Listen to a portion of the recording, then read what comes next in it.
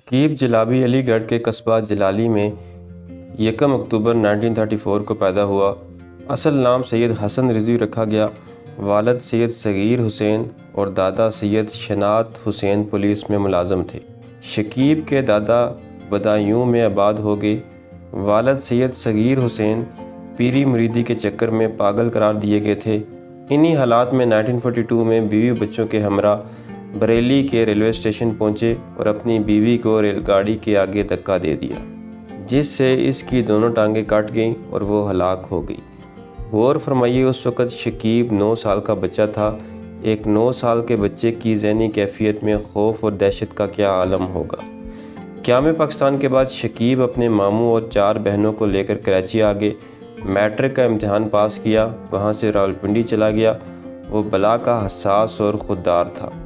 مختلف جگہوں میں چھوٹی موٹی ملازمتیں کی، بہنوں کی کفالت بھی کرتا رہا۔ ماں کی بے رحم موت کا خوف اور دہشت شکیب کی زندگی اور شاعری کا ستارہ بن گئے۔ اس دوران میں خانگی ذمہ داریاں، بہنوں کی شادیاں کیں اور اپنی خالہ زاد سے شادی کی۔ ایک بیٹا علی اور بیٹی ہینا کی پرورش، اپنے والد کے کلام کی اشاعت اور یہ سارے کام انجام دیے۔ لیکن اس کے اندر کے جہاں میں ایک ہیجان برپا تھا جو وقت گزرنے کے ساتھ ساتھ بڑھتا رہا۔ شکیب کی نارمل حالت میں اچانک کسی جانب نظر اٹھتی تو خوف کی ایک لہر سی اٹھتی۔ اسی حالت میں انہوں نے ادیب فاضل کا امتحان پاس کر لیا۔ ملک کے معروف ادبی جرائد، اوراق، فنون، ساقی، اردو زبان میں کلام شائع ہونے لگے۔ شکیب کا نام جدید غزل کے بڑے ناموں کے ساتھ آنے لگا، لیکن دل میں ایک خلش رہی۔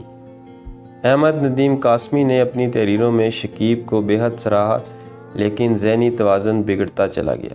ان کے دوست سیف زلفی نے لاہور کے ایک مینٹل ہسپتال میں داخل کرا دیا۔ ڈاکٹروں نے کچھ روز بعد فٹ قرار دیا اور اب شکیب جلالی کی خودکشی کے اندوناک سانحے کا ذکر اس کے دوست پرویز بزمی کی زبانی سنیے۔ 12 مئی 1966 کا سورج طلوع ہوا۔ شکیب حسب معمول گھر سے نکلا۔ اس کے قدم غیر ارادی طور پر فیکٹری ایریا کی جانب اٹھنے لگے۔ ریلوے لائن کے پاس مومنی فلور مل کے سامنے دودھ دہی کی دکان تھی۔ کڑائی میں گرم دودھ دیکھ کر دکاندار سے دودھ کی فرمائش کی۔ اچانک اس کی نظر قریب سے گزرتے ہوئے ریلوے لائن کی طرف کھینچنے لگی۔ قریب جا کر وہ پٹری کو دیکھنے لگا۔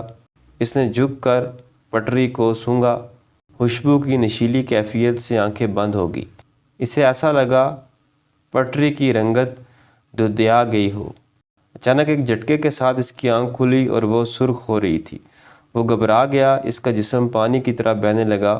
خوف کے سیاہ لمبے ہاتھ، ایسے میں ریل کی کوک سنائی دی۔ انجن ایک ہیولے کی طرح ایک نسوانی صورت اختیار کر گیا، جیسے اس کی شفیق ماں کا ہاتھ اسے بلا رہا ہو۔ اس کے قدم پٹری کی جانب اٹھنے لگے۔ وہ جنم جنم کا پیاسا، خوف کی فصیل، وقت کے حدود کو پھلانگ کر نکل چکا تھا۔ اس کی دونوں ٹانگیں کٹ چکی تھی۔ جدید اردو غزل کا نمائندہ شکیب جلالی ہم سے روٹھ گیا۔ یہ شرف سرگودا کے حصے میں آیا، وہیں وہ جا دفن ہوا۔